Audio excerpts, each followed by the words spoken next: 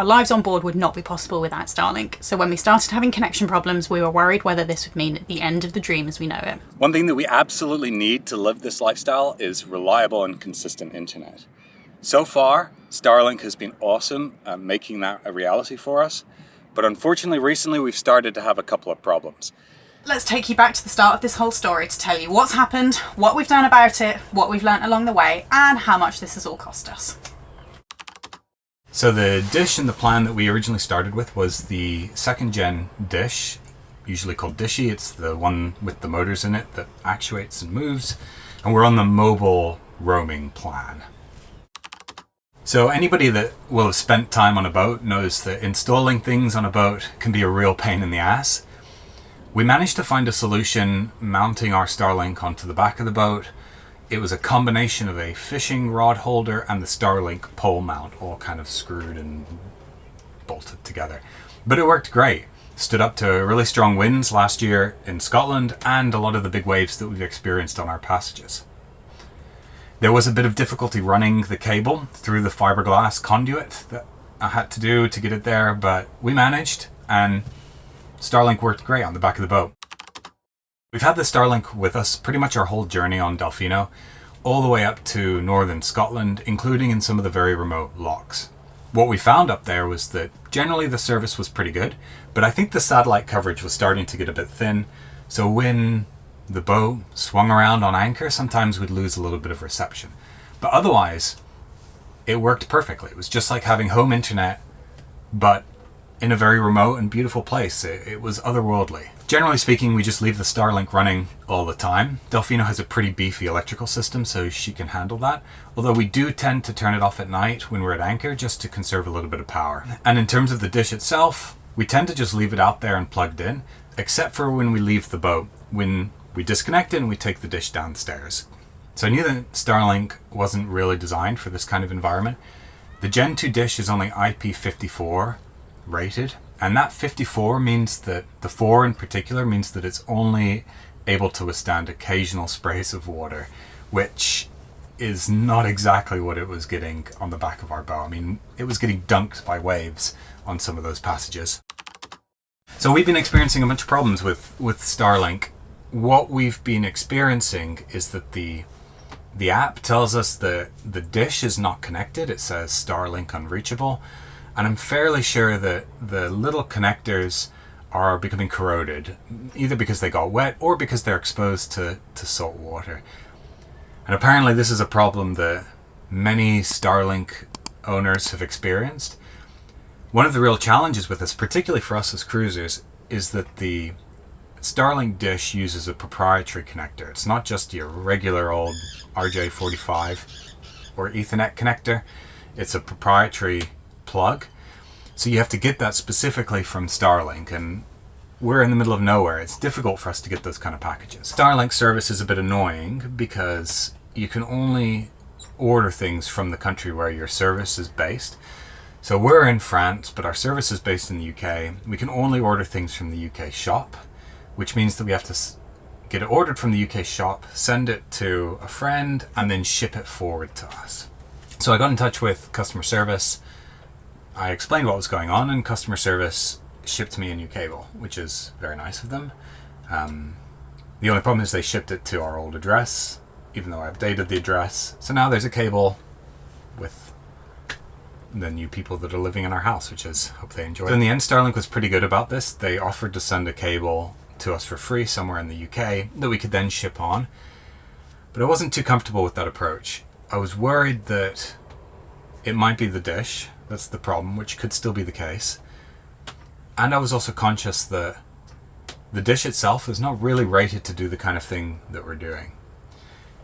What I know is that the Gen 3 dish, the new model that Starlink have released, which is much better, it's much more waterproof, it's built really to withstand these kind of environments, and it's also been approved for in-motion use.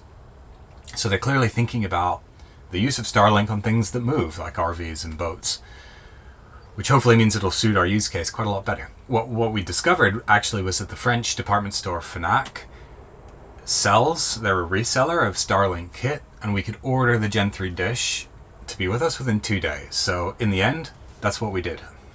So it's a bit disappointing that this kit only lasted a year. I'm going to get the cable to us somehow.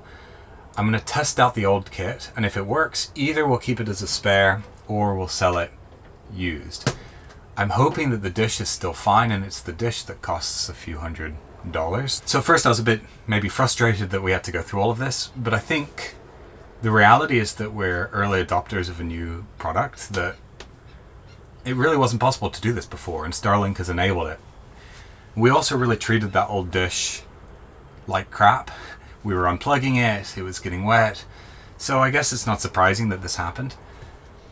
Maybe with hindsight, it would have been nice if Starlink had released a dish that could have stood up to these environments a little bit more, but I know what it's like when you're creating these early stage products and you're really just rushing to get something to market, so fair enough. Easy to handle, I gotta say. Yeah? In that last box, yeah. Flat form factor is a win.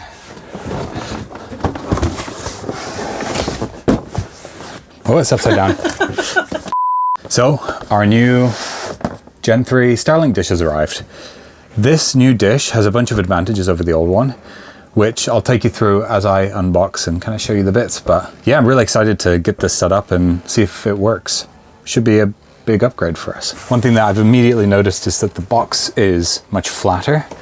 I think it's the same weight as the last dish, and I think the actual dish footprint is slightly larger, but because it's flat, it doesn't have that arm. It's much easier to handle, which I'm a big fan of. Oh, it's like Christmas, Laura. So there she is, Gen 3 dish. That is huge. It is pretty big, isn't it? So this length here is slightly longer than the last dish that we had. The width is the same, but crucially, it's much thinner. And the previous dish had this big pole that would come out. So this is simpler. Yeah, overall, it should be better to install. So what else is in here? You've got the classic, very simple Starlink instructions. Download the app, plug it in, all the way, point it at the sky, connect. Very cool. So what else is in here? You've got another router, so this replaces the router. So this is the thing that actually sends the Wi-Fi into the boat. This one is much smaller than the last one, which is cool. It's supposed to generate a little bit less heat as well. A cable. You will have seen before that the last cable, one of the problems with it is it only has these proprietary heads on it. This one, however, is just a standard little, let's see if I can't, standard RJ45 end. So it should be easier to replace, and it's supposed to be more weather sealed. And in fact, one of the advantages of this dish generally is because it doesn't have those motors, the whole thing is far better weather sealed. So it's IP67. So this can withstand streams of water from any direction, unlike the last dish, which can only handle occasional splashes, which is not very fit for a sailboat. Power cable, power adapter, and that's it. So one of the differences between, and to be honest, the only real drawback of the Gen 3 dish versus the Gen 2, this Gen 3 dish takes a little bit more power to run.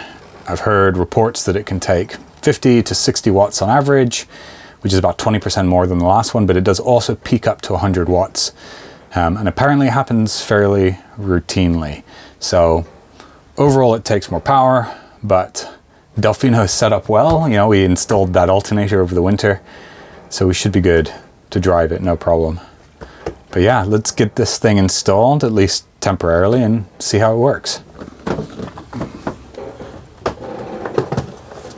So one of the major things that Starlink worked on, or is working on at the moment, is allowing these dishes to work with more obstructions. I've heard some reports of people using these just inside their aft cabin and stuff, so I think this will be okay.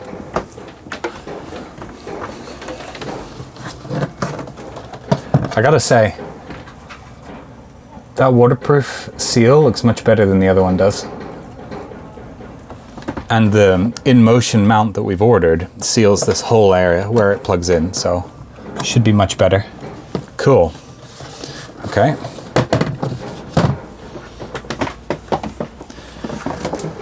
All right, let's give it a go. Crap, so this comes with a European plug, whereas the old one, because obviously we bought it in Europe, and the old one has a British plug.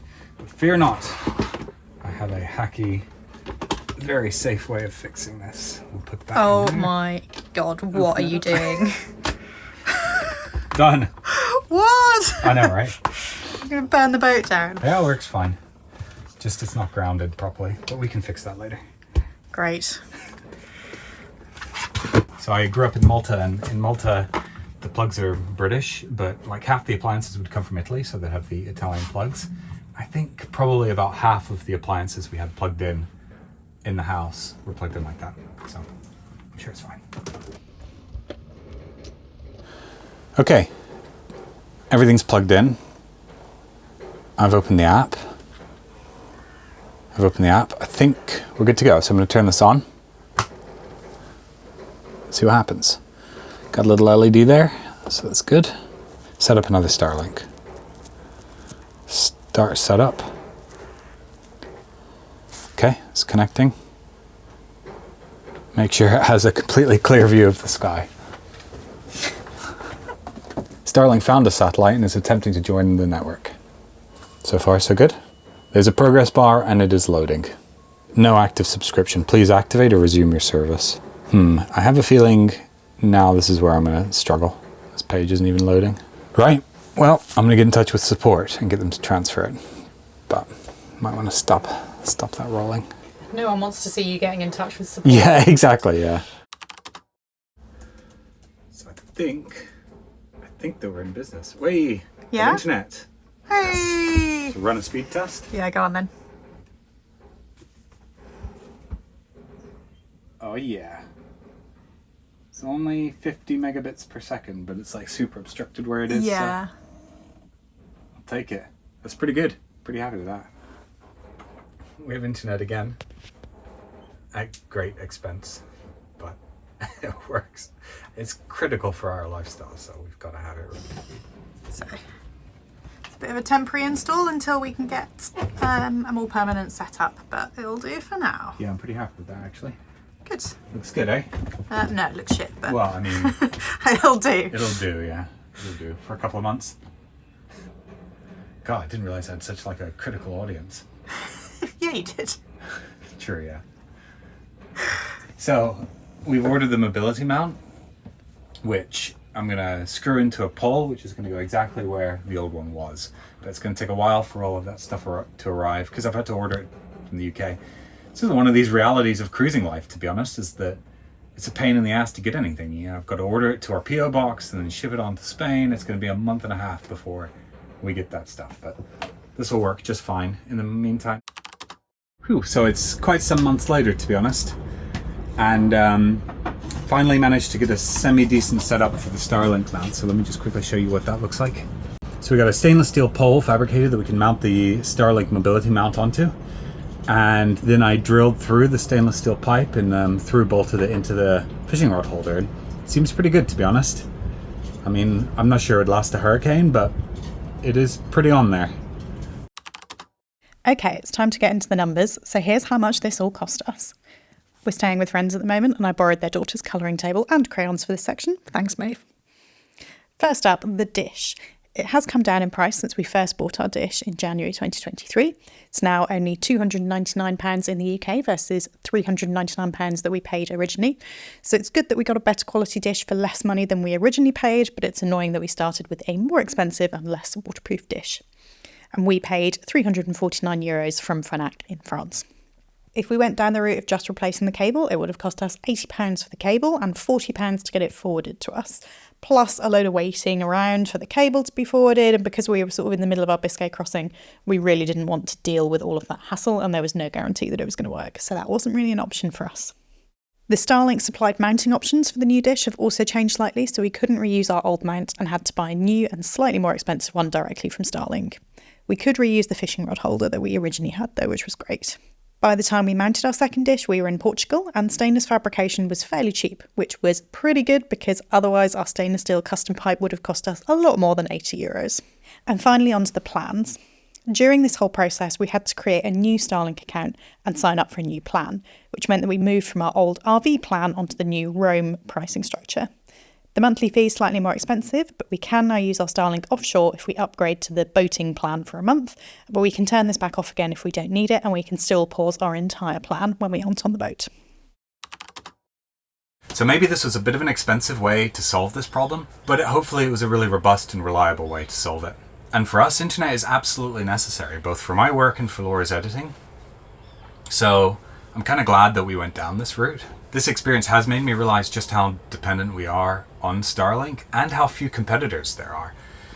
I did see that Amazon is talking about releasing a new service. I'm really excited to see a little bit more competition, you know. And I'm also hoping to see these dishes get a bit smaller and a bit cheaper.